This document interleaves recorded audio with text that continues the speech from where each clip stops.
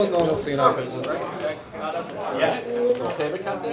no, I thought I jammed the staple right into my thumb. Oh, that's painful. I think I backed out just quick enough. Julia gets one of those. That's a lot of painful. John. How are you doing? See ya. Good to see you. Yes, but you weren't here. You missed it. Myself for that too. Here you go. Take one of those. Oh, wait a second. This is something different. Got a lot of stuff. Okay, can we regroup here? Did I miss anything? Nah. Apparently, we're on TV so that you can watch us later. You get your audio over there. Okay. Wonderful. Okay. I'm happy to welcome Joe Lynch, Director of Public Works, and John Thompson. I don't know your title, sir. Town engineer. Town engineer. Well, that's okay. So we have the expertise here, and we're going to get through a lot in short order. So the first article we're looking at, and I apologize for this, but I think it will be quick. But I wanted to make a distinction between your article that follows in the warrant and the article that precedes it. Okay, the article that precedes it was the one that ran last fall for acceptance of easements. Okay, and so we have the. So that's Article 25, and it's authorization for acceptance of easements. Last fall, there was some concern about, gee, what is this strong-arm tactics? At town meeting, by the town government for one reason or the other. People were conflating it with eminent domain. It became a long conversation about a voluntary process. This is a year-to-year authorization. I still think it ought to be put in the bylaw and made permanent, so we wouldn't have to talk about it every year. But at this point, it is in the warrant. It will cover things across town that might make the DPW's job easier in some situations. But it is a strictly voluntary process right now, wherein a property owner can volunteer an easement if requested, and the Board of Selectmen is authorized to accept it on behalf of the town. We went through this last spring in detail. I don't know if we need to do anything again now. It's the same article. Parnell? I will make a recommendation that we approve Article 25 as written. Second. Okay. Any questions for Selectmen or anybody else? So this is our recommendation right here. Recommended that the town vote to authorize the Board of Selectmen during fiscal year 2016 to accept on behalf of the town, except with respect to real property that is located in a business district or on which a multifamily dwelling consisting of more than 6 units is constructed or proposed to be constructed, any and all easements. So this was, and especially I like the last bit, at no cost to the town. So, any other questions on this? Great, all in favor? I think that's unanimous, Julia, thank you. Okay, I just needed to get that out of the way because the next article that you'll be addressing is a little different. It does have the words eminent domain in it. Sure, it's actually brilliant that the article appear in that sequence, because the concern with the one that we just talked about and you guys just voted or recommended was truly that generic article. But there are always going to be projects or things that come up that require special circumstance, and Article 26 is exactly that. Right. And it's a federal aid program for a grant program that's called Safe Routes to School. And to be ever so brief, it was a grassroots organization. This program came out about 10 years ago. It was a grassroots initiative at first where it allowed local schools, typically their PTOs, to look at their school function and promote walking and bicycling to the school rather than riding cars and taking the bus. It was partly a public health initiative and completely supported by the Federal Highway Administration. That moved through all of these years and is evolved to those initial grassroots efforts becoming a local infrastructure assessment, then a needs assessment, and then ultimately a grant application. And Milton's been fortunate enough to have a strong PTO at the Glover School, and early on jumped on this bandwagon and moved the process through to the point of filing an application for darn close to $1 million project and have been successful in getting it. At this point, it has cost the town zero, other than just some of my time and John's time and sitting it down with the state's consultant. So Federal Highway Administration oversees the project and funds the project, and it dealt with more specifically at the Massachusetts Department of Transportation level. It's their project. They oversee it, and that's a requirement of the Federal Highway Program. But they also aren't foolish enough to come into a town and ram it down anybody's throat, so there's a vetting process through public hearing. And that took the design that evolved through this process and went to public hearing this past October. Typically, these projects go through the public hearing process and people just embrace it fully and everybody pats each other on the back and you move on. And if that were the case, we'd be here this evening with very specific information of an exact final design and an exact number of properties specifically affected in what certain way, with a better handle on what the cost of securing whatever easements we might be talking about. And I'll get into more detail because it's important to understand the process first. And then ultimately take it to town meeting. Now, because of that system, Federal Highway has exact language, non-negotiable. One word changes in here, anything to make it a little more ameliorated, we're throwing away $1 million grant. It's not going to happen, to just be clear. Voted up, voted down, the way it's written is what they're asking. If it changes, if it gets amended from town meeting, the grant is done. And this is going to, in the Federal Highway Program, they call schedule for advertise, which means just before bid. It's scheduled to advertise this coming September. This vote has to be in place this town meeting.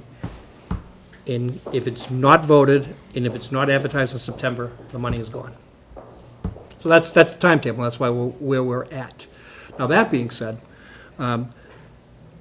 this project, through the public hearing process, had a lot of concerns. There were the neighbors, just like the liquor license you just talked about. We brought it to the public. We had a lot of concerns. And Federal Highway pretty much shrugged their shoulders, and state DOT were darn close to simply walking away back then. But John and our staff said, look, it's come this far. There's a lot of issues, but they're all designable. And they went back to the drawing board and they came up with a design that in fact addresses all of the concerns, resulting in what is going to be yet another public hearing, which hasn't happened yet. It's scheduled. It's scheduled for March 26th at the Glover School, 6:30 p.m. So it'll certainly be completed before town meeting, but not necessarily before the warrant is closed. So at that point, we'll have very specific information. All of the property owners and people with who are stakeholders will have exact knowledge. At this point, John has handed out what are the result of that redesign. And I want to be very clear. We are talking a very specific number of properties. And what about that number? It's approximately 30. Approximately 30 easements, if you look at the last sheet in the packet. This is the current list of properties that will be affected by this project as it currently sits. Again, as Joe said, it's still a little bit of a moving target as the design is not 100% complete. Now, what's important on that last sheet is what you're going to see is there are 2 takings of easement, where this project is going to require that land be taken from its current owner to be used for the purposes of building sidewalks. That owner of land is the town of Milton. So we're a party to it, and we're supportive of it, and it ultimately would take the selectmen, it'd take town meetings vote through this process, and the selectmen's approval to give up that piece of land for that to happen. All of the other easements are what are known as either rights of entry or temporary easements. And there's a very specific difference in those definitions legally. We are not considering the rights of entry, which can just simply be a written agreement and sign off on it. We don't have the time to play that game. You know, this guy got a right of entry, that guy got an easement.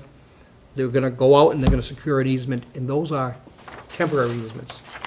What I mean by that is, as the project moves by in front of a person's house, there's gonna be some disturbance to the grass areas, maybe some shrubs, maybe the driveway and the front walk, and these easements give the project the authority to go in and make those transitions blend in, and at the end, restore their property to what they had to begin with. So it's only for the purpose of restoring their properties. Some people, to me, that's an improvement to my property. Some people might say that's a detriment to my property. So this is gonna require an appraisal process. Yet to be known what the value is. It's temporary, so what's the rent of your property for a couple of weeks? Probably not much, but it's unknown at this point. The securing of this right-of-way through the process that we're asking through town meeting and the actual acquisition, that is our local obligation. That is our only obligation. So whatever that cost is, the cost of procuring appraisals, the cost of procuring the easements, whether it's paying these folks a sum of money, does have to be paid for by the town, and it is in fact eligible under the Chapter 90 program. So in the oddest of circumstances, this is crazy, $1,000 per these 30, let's say $30,000 investment for the town, we're gonna leverage $1 million project. And the truth be told, it's probably a fraction of $30,000. You know, a couple hundred, $500 per location is even high. But again, we have to rely on a professional appraisal being done. So that's what separates this type of taking, using the word in the warrant, from that other securing of easement under the other article. This is very specific to that process required by the federal government. So these are temporary easements. Do temporary easements require an appraisal if the property owner waives it?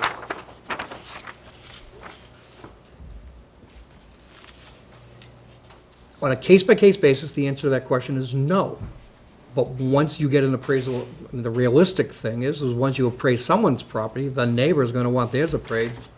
And if someone gave an easement and the other person got paid a little bit of a stipend, as a matter of fairness and equity, we ought to appraise all of them. You just get one appraisal out, it's the same project, the same impacts. It's not that much more to have them look at all of those properties in a wholesale fashion and negotiate fairly and equitably to all of them. Otherwise, you're going to get bogged down in protracted negotiations, and that September advertising date's at peril. Makes sense? Okay. Wow, I mean, kudos to the Glover School PTO.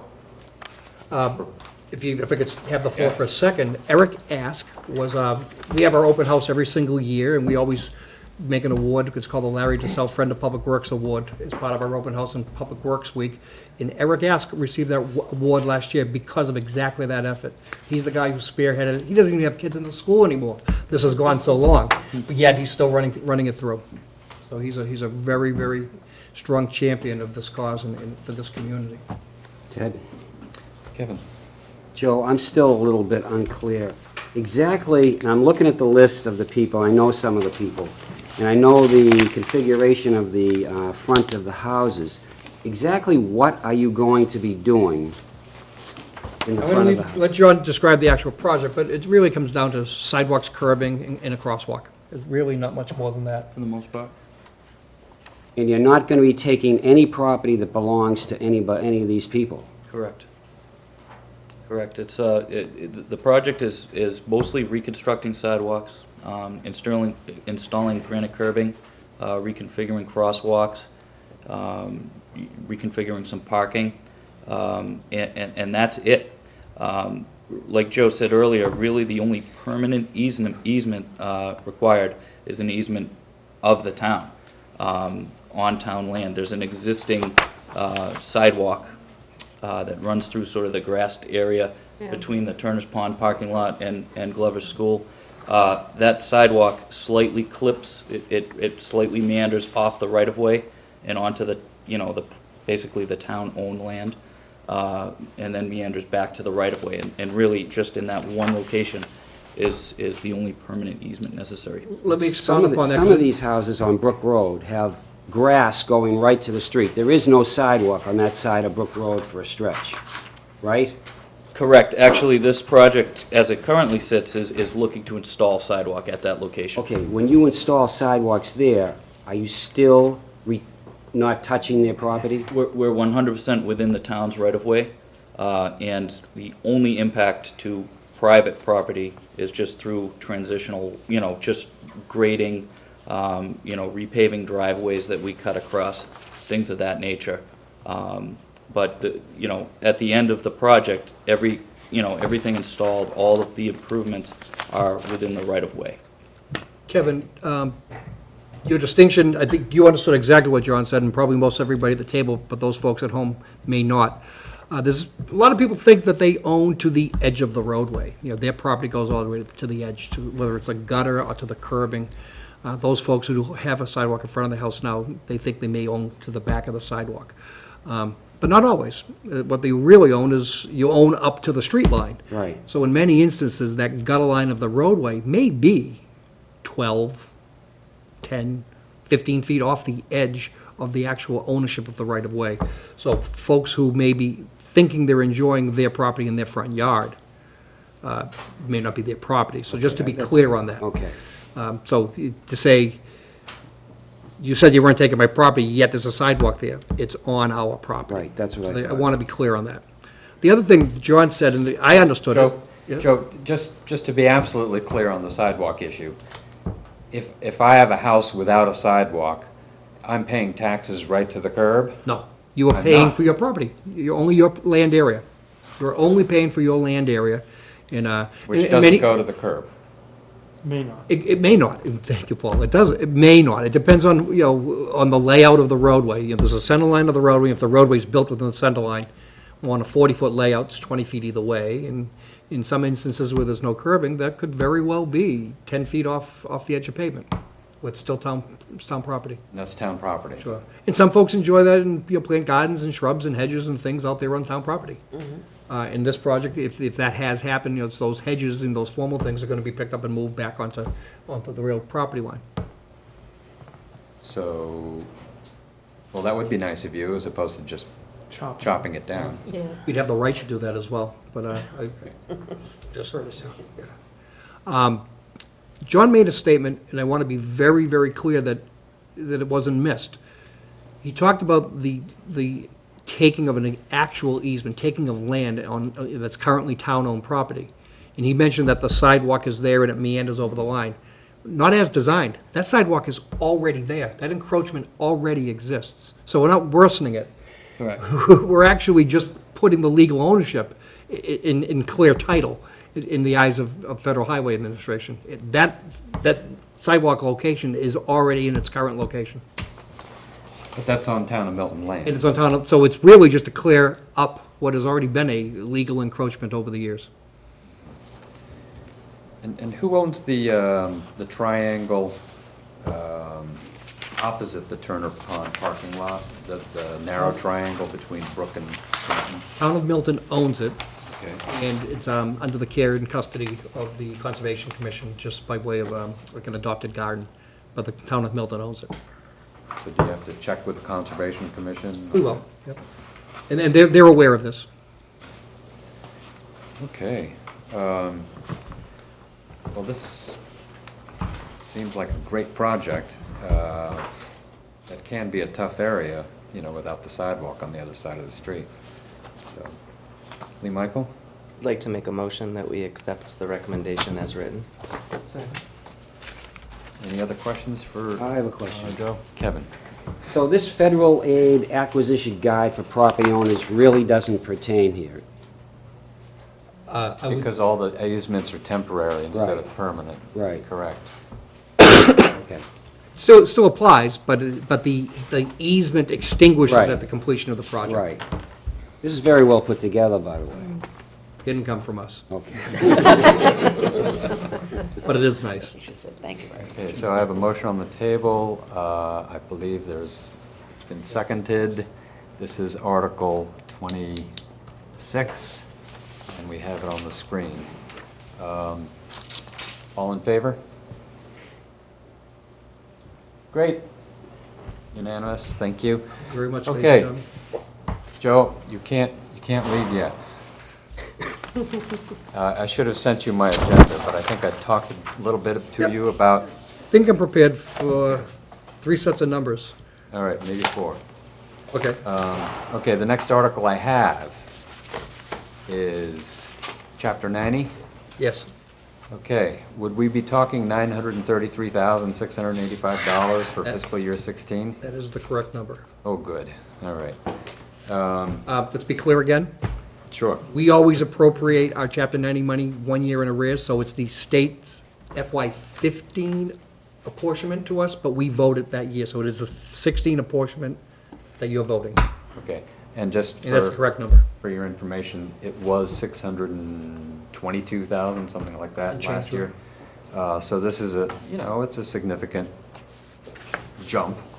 And it's insufficient, we know that, we know that you need a couple million a The year. right direction. Okay, but you're gaining, so that's great. And this is for road paving, and related improvements now. So all I don't need it now, but for the comment, I would love a list of your expected improvements. It's still being formulated. Okay. We've got a pretty darn good solid bead on where we want to be. What everybody, I think, at this table is witnessing, if not everybody at home, for that matter, is frost heaves are wreaking havoc on our roadways network, and the potholes haven't even begun to come out yet. When the frost heaves relax, you run the risk. The best thing is they relax right back and you don't even see it, but truth be told, they can all blow out again. So we may be looking at an expanded, crack seal and overlay program over those longer areas that have turned into minefields. So that's what we're still formulating. And this sum can be applied to those situations? That's correct. That's correct. So long as we do stretches of roadway that are 500 feet or more in length. Okay, great. Any other questions for Jonathan and Betty? Just quickly, why the increase this year? Governor DeBall Patrick raised the bond authorization through the transportation bond bill, and if you remember, there was a big harangue about having to raise MBTA tolls and raise gasoline taxes, and there was a repeal of the gasoline tax vote. It was all a result of that, so it was part of the governor's budget. It was vetted and challenged to the point of trying to veto it. It didn't get vetoed, and it went to the vote to try to repeal the gasoline tax, which would have negated it. All of those things failed, so the money stayed. So the governor was just making to me, a very, very strong and beautiful statement that our roadway system and our transportation system is in havoc. It's a good gesture. It falls about half of where it needs to be. Thank you. Betty? Have you been hearing about any issues on Central Avenue since the project's been completed? Yes. Okay, because I just sort of feel It like. gets frost heaves. Thank God the road's not falling apart. It's frost heaves and it's only really at water trenches. And will that have to be fixed, or will that get That'll- settled as things? We'll monitor it, but those types of frost heaves will calm down, meaning settle back out. and Feels very smooth out. bouncy when you drive down Central Avenue, and it's like. Better than Strange. before, I think.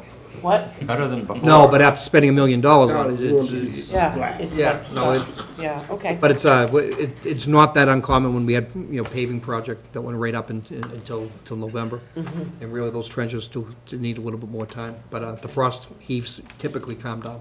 Okay. Lee Michael? I move that we accept the recommendation as written.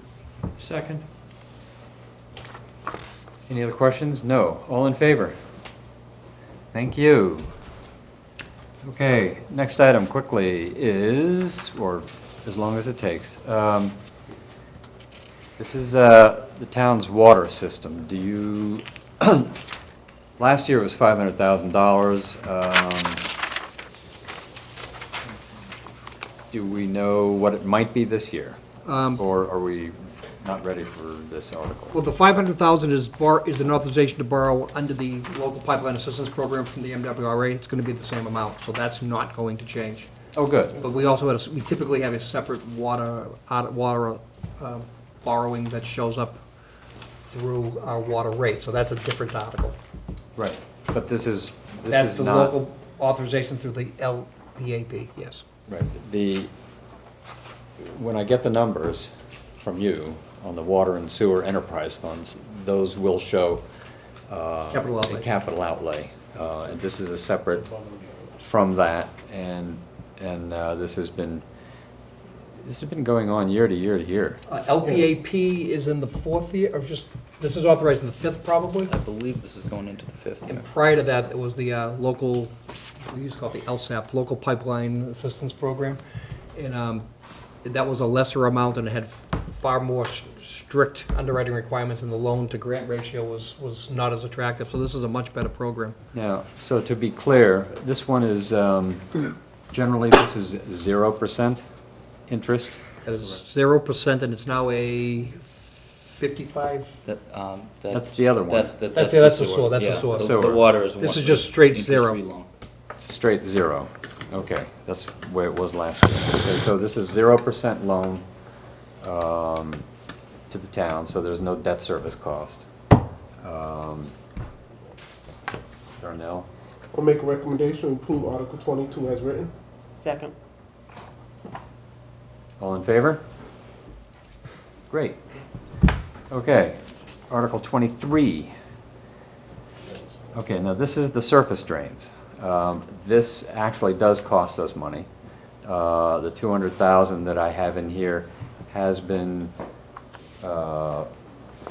recommended by the Capital Improvement Planning Committee. They may have a revision, but I believe it's still included within that. And this is the tail end of a 10-year program. It was initially designed to be $500,000 a year. I think 2 years ago, it got cut to 3, and 1 year ago, it was cut to 200. This is the first year it's been cut to 2. Last year was 3? Yes. This year's 2? Okay, well, so you're getting the benefit of 1 year spread out over 2. We worked with the capital committee very carefully, and looking at the number of, we have about $13 million of construction projects on the table for this coming summer, in fall for that matter. And them being confined the way they were financially, we certainly were sympathetic to that. In the same token, we didn't want to give up our capital program completely. So we did, no pun intended, we did water our program down somewhat to allow us to keep it going, and we believe we can use the $200,000 and still be able to support it. So it was with our support reluctantly that we went for the 200. Does this affect our stormwater management mandates next year? I mean, how does that work? It does, it allows us to carry out some of that pipeline inspection, the cleaning and televising of pipelines, and the things that we haven't been doing, so some of that does go towards that. Okay. But it So wouldn't be critical to the NIPD's. There are other projects that we need to do, because as we find, to do these inspections, we actually find deficiencies, and we actually have to fix them as well. So most of this it turns out to be construction money. Okay. Anybody have questions on that? Yeah, okay. And this goes out as our standard borrowing rate. So you see, it's not a 0 interest, it's The town floats a bond on this, so it's Right, this is not subsidized. Okay. Lee Michael? I move that we accept the recommendation as written. Second. Second, thank you. All in favor? Grand. Thank you. Okay, last article. Okay, this is for the sewer system. This is an interesting one. I have the numbers for last year. I don't know what they might be this year. But this is one that is not only 0 interest, but carries a 45% grant. I think it was last year. I'd have to look at my notes in the warrant. Program has changed. This one's actually more attractive now. But Is the number wrong? actually, the number might be slightly lower, Joe. I think it's, I think it might be 445. Yeah, we're gonna have to get you more precise numbers. The 485, That they was did- last year's. It was last year. They did lower the apportionment coming back to the towns. Okay. And ours is somewhat lower, not dramatically so, but somewhat lower. And I can get you those numbers tomorrow morning. Okay, so it's a different number than 485, It is a different number. but basically, it is a 0% interest, and it is, and then at the end of the day, we get 45% of it back. Yeah, 'cause this Or is at least last year we did. old days. There was- John's reminded me, this is still, the MWRA grant program for SOAR is in transition. We are still using our old money under the initial program, so it is still 45-55. I like old money, that's all right. When the new money comes around next year, it'll actually be a more attractive loan to grant ratio, And a much larger sum, too. in a much larger sum, exactly. Great. Okay, so we'll wait for new numbers from Joe to vote this, because we can't right now. Okay, so that, gee, that brings us to the end of the articles. However, before you go, we need for our calculations and balancing act at the end of the day with the dwindling amount of funds we have left. We need some help from you. What's our snow and ice deficit? Huge. At least I'm not wearing Tell my me orange, something I I'm don't not wearing know. my orange vest tonight, running out to a snowstorm. It's not, I don't want to be over alarming. We've been tracking them pretty accurately, but given the type of storms that we've seen this year, we've actually involved some fire department action, some police department action. So all of the numbers aren't at my fingertips. I've got a pretty good handle on where we are. I think you've seen projections from, through Anne Marie and Amy Dexter over the past couple of weeks. They haven't changed dramatically from that. We are meeting tomorrow afternoon to exactly drive that number into the ground. So Probably have to present at the selectmen again, right? Correct. I knew you guys should have met on Tuesday. So I'm real reluctant to share numbers that the selectmen haven't seen Okay, yet. that's fine. It's just That's fine. not right, not fair. You get a pass. But we need those numbers as soon as they are available so that we can figure out what we're doing. Because- One of the things we're going to discuss this morning is we put what's called an initial damage assessment report to MEMA, to FEMA through MEMA just last Friday. Right. If you remember, Governor Baker came back from a governor's conference and announced that he had spoken with the president, who said, we feel your pain in New England, and the governor was so bold to ask, we're gonna look for an entire 4-storm period as the incident period, unprecedented. I've been in this business 23 years, never seen anything like that. Thought it was just a bunch of, rhetoric. Well, we did an initial damage assessment for a 6-week period last Friday, because that's exactly what FEMA is asking for. So, Wow, that's huge. it's huge, it's That's huge. It doesn't help us right now, It may. because it'll take a couple of years to see that check. But it's huge, it's huge. Okay, I got Darnell and then Lee Michael. So, quick question, when you say, so is that gonna be additional road damage to the parkway, trees, No. what does it just deal with? No, it's actual snow plowing and snow removal and snow hauling operations. There are damage to, damage less insured coverage on buildings and actual municipal infrastructure, but not roadways, not grass areas, not trees. And We are gonna ask you for a number to figure on out. damages, Yeah, that, so if we for know- which your department will be responsible, one way or the other, to try and ameliorate, so. I've got that on my projection, but as the snow melts, the it's new going trees up. and whatever. Right. Yeah, as you see, You see what's Yeah, underneath that's what I'm saying, them. you know, Oh, like, gosh. trees the and trees stuff that like- have been chopped down and the signage that's been bent by the plows and all that kind of Sure, stuff. sure. So you are developing a number like that you might share tomorrow. With the, Select. administration first and selectmen tomorrow night. That's correct. Okay, because that's definitely something we're looking for, too. Lee Michael. In terms of your comment about the FEMA money possibly not coming in time to help us, I heard that there was a mechanism in the town budgets in the Commonwealth that allows you to pay for snow and ice over a 2-year period, actually, Okay. and go negative on your current bills, on those line items, so that you can spread out that payment and get some of that reimbursement. And I wanted to get clarification on that. Sure, do you? I can answer it, Start. I can answer that, Okay. you're reading news accounts that are very recent. Typically, you have to carry them the immediate year. You can, deficit spend during that year. You can pay from out of this year's revenues. You can pay for it out of free cash. You can have a supplemental appropriation. If you carry it into the following year, you let it hit free cash, and it affects your next year's apportionment from your cherry sheet. The governor has filed just last week legislation through the Senate to allow communities, if they so choose, to carry it over 2 years. I'm pretty conservative. But that's new.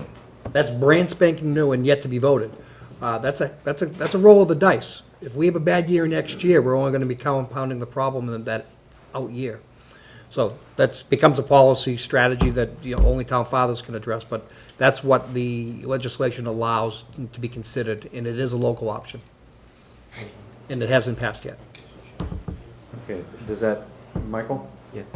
Can I go back to the sewers? Sure. So we didn't vote on that yet, right, because we don't have a number? 445 was an estimate. The 485. Right, okay, so you said that under the current plan, you get 45% of that money back?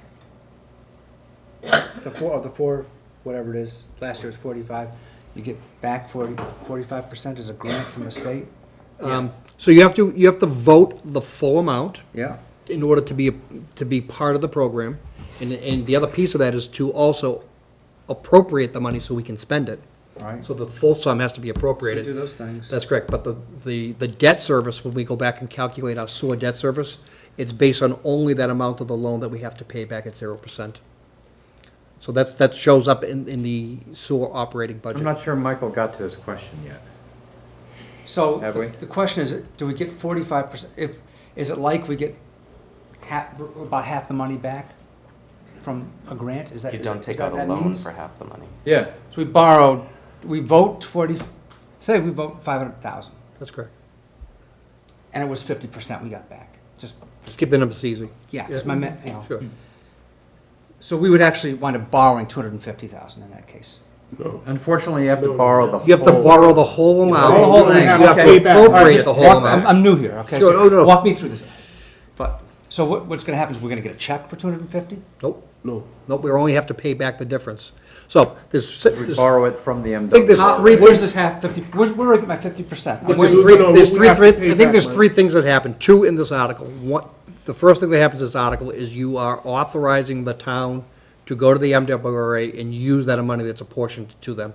Let's call it $500,000, Okay, okay? So by a vote of town meeting, we show MWRA and they say, yep, you've got your vote, here's your $500,000. okay. So the second piece of this article appropriates that $500,000. It allows us to spend that money on a project. Good. And Okay, so spend now I'm it- spending the half million. So it appropriates it. So now, in next year, I've spent that money and I owe a payment next year. My debt service, let's keep the math simple again, half of the 500 is 250. Yeah. In a 10-year payback, let's say it's $25,000 I owe them next year. Right. That $25,000 shows up on my debt service line in my sewer budget. And it only pay back the 250. So excuse me, Joe, so basically, you'll get $500,000 from the MWRA, and at the end, when the project is done, you're only gonna pay them back $250,000. That's correct. Okay, And the payment is shown up in the sewer budget on So each the- subsequent year. So essentially, Right. the other $250,000 is gratis. Gratis, exactly. okay. But we've so- already gotten to that very first year. Okay. No, good, now, this is gonna get to where my question really was, so this is even gonna be a better deal next year. They're giving us- Even better next year. What's the percent? My, 75-25. I thought it was 70, yeah, it is 75-25 next year. Okay. 75% grant, 25% loan. So if we're scrambling around for money here, would it be smart to not borrow that much this year because we can get more next year, because we can get more You money can't- You back. can't tap the new money until you use the older. It's actually in the end, it's in the end already. You have to exhaust all of your funding authorized under the prior obligations. So, Michael, Joe mentioned that the debt service, the payment of the principal, comes out of the sewer budget, so the sewer enterprise. So it's not, we're not dealing with that as part of our debt service number. It's the water enterprise and the sewer enterprise debt service numbers, so we don't have to worry about paying it. This doesn't, The ratepayer, the taxpayers pay it, but through their rates, not through the budget that we're constructing. so this doesn't help us save like 0.2 of a teacher. No. No. It's No, all absolutely going not. down the sewer. No, no. No. Taxpayer, right. And I want to be clear, and I don't mean to be facetious. If we were to borrow a less amount than they've given to us, Well, we have. it's our money. We get We less just work simply prepaid it to the MWRA. Their whole grant program is based on the revenues that they raised, which comes from us to begin with. So they're really just recycling the money. They are leveraging it by borrowing it, by putting longer-term bonds out on their own. But, Because we pay the MWRA a lot. that's correct. Okay, so I'm just going through this because, for the benefit of the studio audience, because I understand. So, can if we follow need to you, Lee. spend $1 million in 2 years, right? Instead of borrowing, I was thinking like, okay, instead of borrowing 500,000 this year and 500,000 next year, why don't you borrow less this year and more when you get more of it back? You can't do that, is that what You you're saying? cannot. There are two separate programs, and each program has multiple phases, and you cannot begin to get into the new program until all of the prior phases are fully spent. And it's underwritten that So if way. the prior phase, I said, was 250,000, they're not gonna let me go for 750,000 the following year. That is correct, until you've exhausted that. Now, if you've borrowed that full, Exhausted what? the initial program, The 500,000. the hypothetical. The we use it. hypothetical 500,000, okay. So And they does probably everybody else wrote it, understand this right now? and they probably wrote it that way. Am I the only one who's to confused? prevent towns from doing that. I think somebody else is. Mike, every town in the Commonwealth would do that if they knew they could. That's why they underwrote it, because That's they why didn't want they that. put limits on it, because every town would say, great, we'll just borrow less this year because we can get More better back bang next- for our buck next year. I mean, Well, so- I just so wanna the make MWRA sure that if must there was a put- good deal for yeah. us out there, that this question's gonna ask. yeah. But I'm done talking. And you can't, you They all can't use, understand you can't use the new money next year, it's far more attractive to pay off any old debt service and relax it either, So, for the same reasons. so in fact, you can't even get more money than what they tell you you are authorized to get, right? That's correct. I mean, they assign Milton a number that you're allowed to borrow. So you want to take full advantage because it's zero interest and whatever the grant back is, but you can't say a little more next time, sir, Right, okay, well, I just went through this whole thing for the benefit of the citizenry, and I'm done. Thank you. Anyway, Joe takes full advantage, I'm pretty sure. So, okay, so you're not prepared to give us any numbers on anything I right now. apologize, I That's wish I okay. knew that exact It's number. all right. On that one, and you're not prepared because you haven't made them public yet on other costs or What I will do, looming costs. what I will do is when we're finished at the table here, I'll step to the back of the room, I'll check the MWRA website and see if I can pull that number up, and I'll drop you a note. You may want to bring it back up before you retire this evening. That'd be grand. All right? Thanks so much, Joe and John, for coming in and explaining this to us. Thank you. Thanks, Joe. I appreciate everything you do for the town, especially in the last 6 weeks. Thank you, I appreciate it. It is a pleasure, as sadistic as that sounds. It's 50 degrees today. It was 50 degrees when I came in tonight, I know. All right. at 8 o'clock. Okay. Thanks very much, guys. All right, so the next article we have. Okay, the next article we have is Article 13. We need to vote this because if there is an override will be placed on the ballot for the regular election at the end of April before town meeting. to authorize an override for the medical costs of Mr. Pickens. And however, if it fails to win the voters' approval, then we still have the bill to pay for fiscal year 16. And our best guess is that it could be about another 300,000 added to a current balance for his medical expense account of about 125, I think, because his expenses are about 400,000 a year. So we will need, if the override fails, we will need to pay the bill anyway. So that's, and then if the override passes, we would revise our recommendation on this article to say that we recommend that we vote 0 appraisal on this one. Okay, I think we've discussed this a little bit beforehand. I don't know if anybody's got questions or are these I have a motions? question. Okay. Questions first. Why doesn't the article specifically lay out that scenario? That The says, article? Yeah. Why doesn't the article say if the override passes this, like maybe you can't have 2? We're going to say that in our comment. Okay. Okay, because we want the voters to know. As far as why the article doesn't say it, you know, articles and recommendations are sort of they're filled with horrible English for starters, and they try to be brief without telling the full story. So that's really the function of our comments.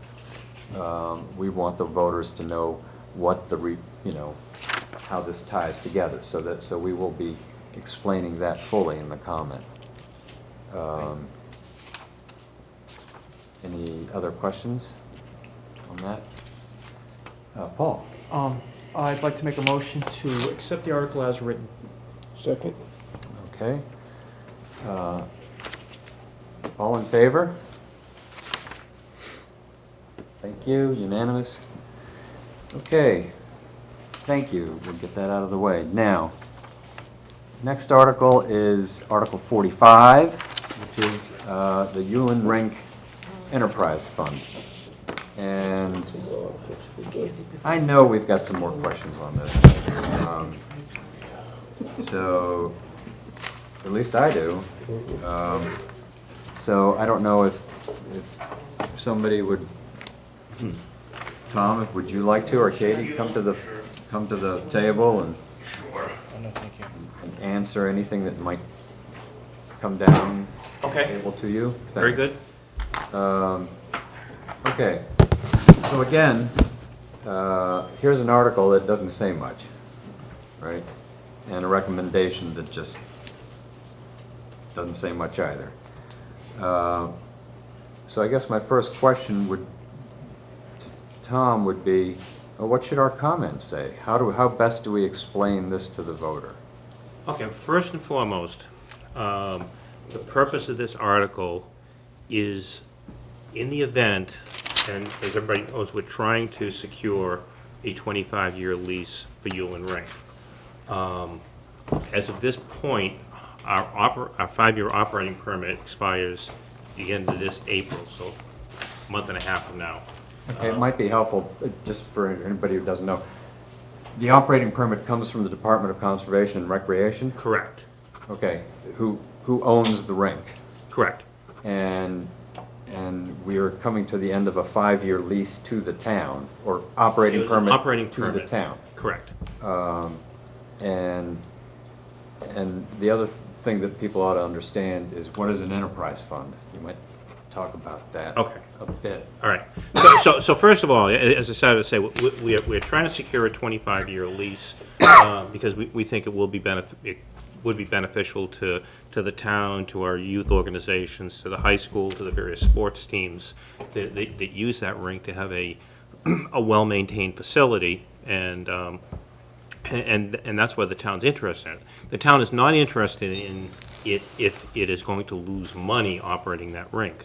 So anything that we do going forward on a permanent basis has to be such that it is a break-even operation. We have to be able to set rates that will allow us to cover operating expenses for that 25-year period, plus fund debt service and capital improvements. This article really just sets up a mechanism to do that should we be able to secure the 25-year lease. There's no guarantee we will be able to secure a 25-year lease, or that the state will allow us to set rates that will allow for the break-even operation, funding of debt service, and capital improvements. But should we be able to do that, the enterprise fund is the mechanism by which that would occur.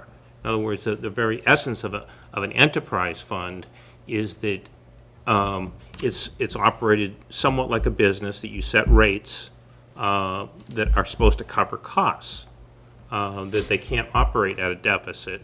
Sometimes they do have a deficit because when you set rates, they're estimated rates based upon a budget. But nonetheless, you set your rates based upon what you expect the cost to be. So that's the reason that this article is there, is really just to give us the ability. Now, So a lot of things have to happen. Sorry to many things, yes. interrupt. So basically, this article sets up a possible accounting mechanism for the Yulin rink should everything else fall into place. Correct. Okay, that's all it's really doing. Yep. Okay. Because in order for this to be useful to us, we need to win a 25-year lease from the Department of Conservation and Recreation. Correct. And permission to set our rates the way we need to in order to break even. That's right. And Okay. the other thing that makes it even more complicated is that when the state puts something out either for sale or on a long-term basis, it's not the operating department that does it. That department says that this is surplus property and turns it over to DCAM, which is the Department of Capital Asset Management. And it is DCAM that you wind up actually negotiating the terms of a lease with, not DCR. So it's a much more complicated process than that. We're So- still waiting for So the Department of, sorry. Department of Content. DCR right now Okay. technically has control of the property. But it may revert to this other DCAM? DCAM is the Department of Capital Asset Management. Capital Asset Management. So whenever the state is going to surplus and sell a piece of property, or surplus and lease a piece of property, it is always DCAM. So the Okay. department that has control of it has to vote to surplus it and turn it over to DCAM, in essence, to negotiate the terms of a sale or the terms of a lease. So that's who we would be negotiating with.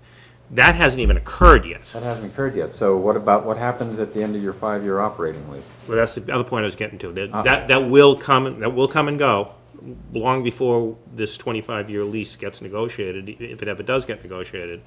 DCR has agreed to extend for 1 year, and it will probably continue to extend on a year-to-year basis, the operating permit. So we will get a 12-month extension to make it a 6th year, that operating permit. If we do that, the only way to do that right now would be not using this enterprise fund, but to continue the agreement either with Curry College or somebody else that will agree to basically operate the rink and cover any deficits. Now, I can tell you that at this point, Curry is getting very close to its $550,000 guarantee of deficits between the capital improvements that they spent, between the actual operating cash flow deficits they've incurred, and the projected for fiscal 15 that includes like a $66,000 snow removal cost in it. we're getting very close to that cumulative $550,000 number. Can you explain something a little bit more about the $550,000 number? This was apparently some tripwire that was negotiated? Yeah, when back before actually any of the current selectmen were on the board, there was when DCR offered the 5-year permit, and it was offered right of first refusal basically to the town. The town went out for requests for proposals for managers to basically operate and hold the town harmless of any operating losses. Nobody actually bid on, and nobody in their right mind would bid to say, I will absorb unlimited amount of losses.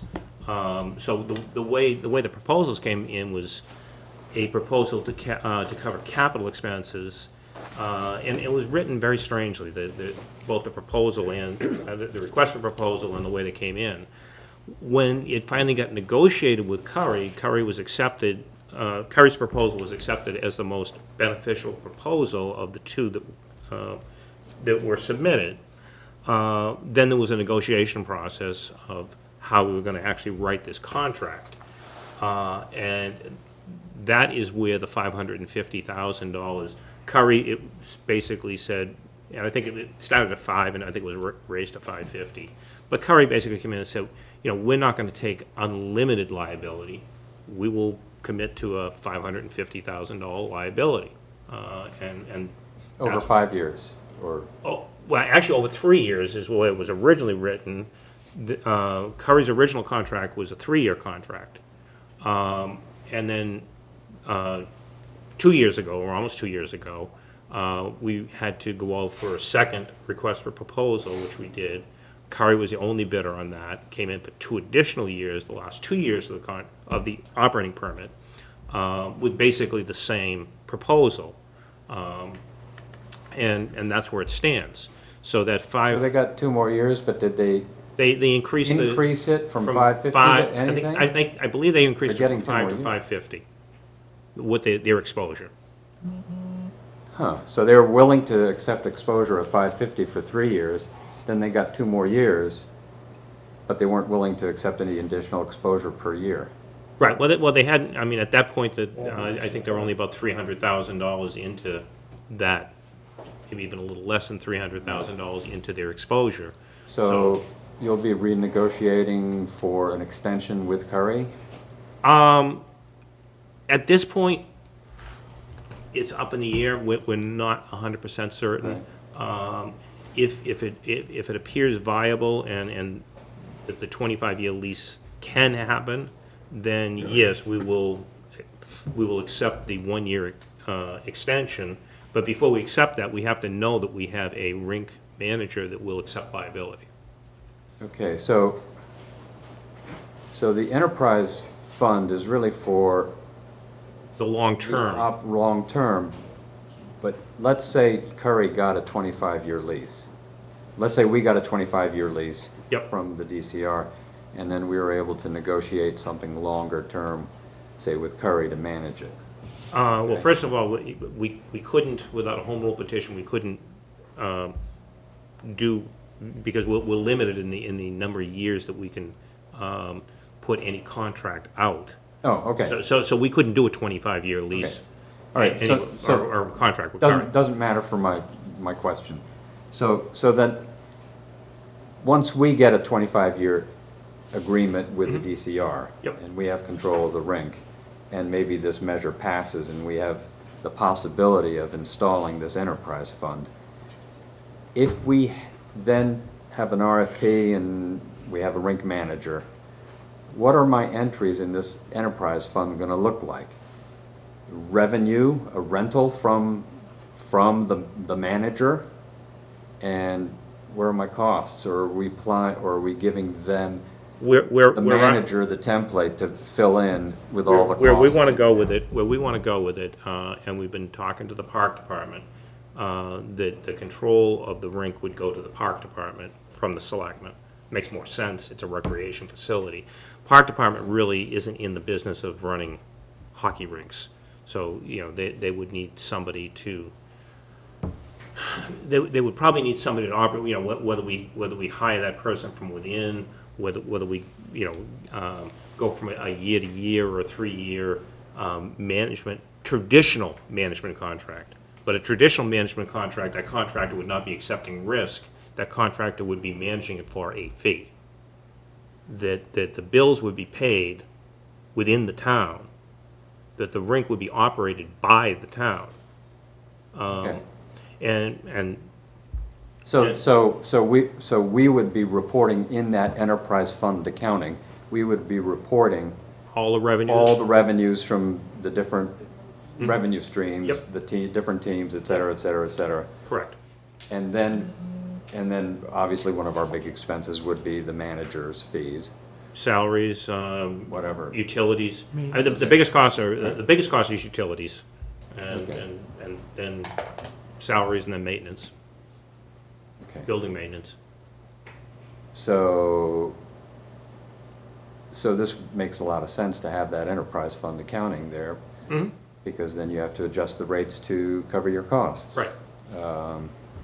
And meanwhile, somebody in the Parks Department is gonna be trying to put this together. Yeah, we've been. Potentially. We've been talking with the Okay. parks, with the All park right. department. They're interested in it, but yeah, again, it has to make sense to them, it has to make sense to the town. There's a lot of pieces that still have to fall in place. So all this really does is get us a placeholder if all those pieces fall in. If everything falls into place, We have a then we have the mechanism. accounting mechanism in place. Correct. That's all it's there to do. Okay. So this is pretty, anybody else have any questions on this? Paul? I'd like to make a motion to accept the article as written. I second somebody? Second. Great. Can I ask a question? So, Sure. so based on the liability that Curry had, you would expect, I don't play hockey, I don't have kids who play hockey, so I don't know anything about hockey. It's But- expensive. Yeah, but you would expect fees to be higher Yes, in this scenario. fees have to be higher. Fees because- have to be higher, because Curry just ran this thing at a $500,000 loss, right? So the fees would have to be higher. Right. And now, all that being said, the whole 500 isn't the operating loss, because about almost 300,000 of that was capital improvements. Right. But yes, the fees would have to go up. I don't know by what number, but certainly enough so that you can cover costs And and what- capital improvements. And what about cap? Could this fund borrow against a revenue stream, or Just same way the water and sewer does, yes. same way? So that's how presumably they would raise capital that way. You'd be using the borrowing capabilities of the town, but any debt that was borrowed, so in other words, you'd be using the town's AAA bond rating to Right. borrow, but that debt would be part of that enterprise fund and would have to be paid for by revenues from fees. the enterprise fund. Great, thank you. How old is the Zamboni? Ancient. It's being held together with spit and bubble gum basically right now. Curry acquired, the Zamboni was almost dead. And Curry acquired Randolph Zamboni, which the frame was pretty much rotted out, but there were a lot of pieces on it that were used, that they could still use. So they've been basically taking pieces off of the Randolph Zamboni as things break on the Milton Zamboni. We need a new Zamboni. That's probably about $150,000 acquisition. On a short-term basis, we're not going to pay That for it. could be part of the expansion of the 550 in exchange for another year of operation. Kevin? Tom, what if we never get the 25-year extension on the lease? Would the town ever consider just giving the rink up? Yeah. I mean, I'm talking to me personally because it wouldn't be, but personally, yes. I'm not personally interested in trying to maintain this on a short-term basis.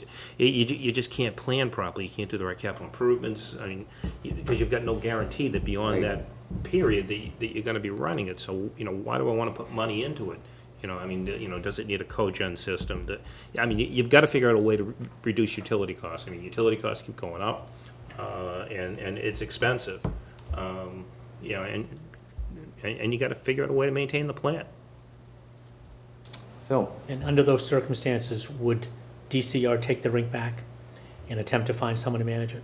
Written in, the way the operating permits are written, and I suspect the way the lease is written too, there'd be an out clause, but there is an out clause for either side. In other words, with 30 days notice, right now, DCR can take the rink back from us, and with 30 days notice, we can give the rink back to DCR, the way the 5-year permit is written.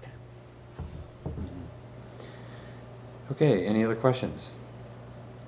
All in favor? Okay, unanimous, thank you. Thanks. Appreciate that. Frank, I have your notebook from the other night here. Really? Sorry about that. I assume you went through it, you didn't edit it, did you? Scanned Got it. enough to do. Thanks. Sure. Thanks. Lost and found department here, so. Okay, so the next item is we're gonna go right back to the sewer because I have the note from Joe. It is for fiscal year 16, it is $485,000, the same as the previous year. Fiscal year 17, it will go up to $914,000 with a 75%, 25% Happy. split. We're borrowing more next year. Okay, Chuck? Oh, I'd like to make a motion to accept the article as written. Great. Second. Second. Member Turner, second. Any other questions? No. Michael, yes. All in favor, say aye. I'm aye. All in favor? Okay, unanimous. Thank you, Free vote. gentlemen. Can we get out of the sewer now? Okay. Early. Early. Okay, We're on a roll. where are we here? We're on a roll. Goodness. Okay. All right, I had questions. but- we are now, okay, we're now at the last article of the evening, which is the debt special purpose stabilization fund. So, I do not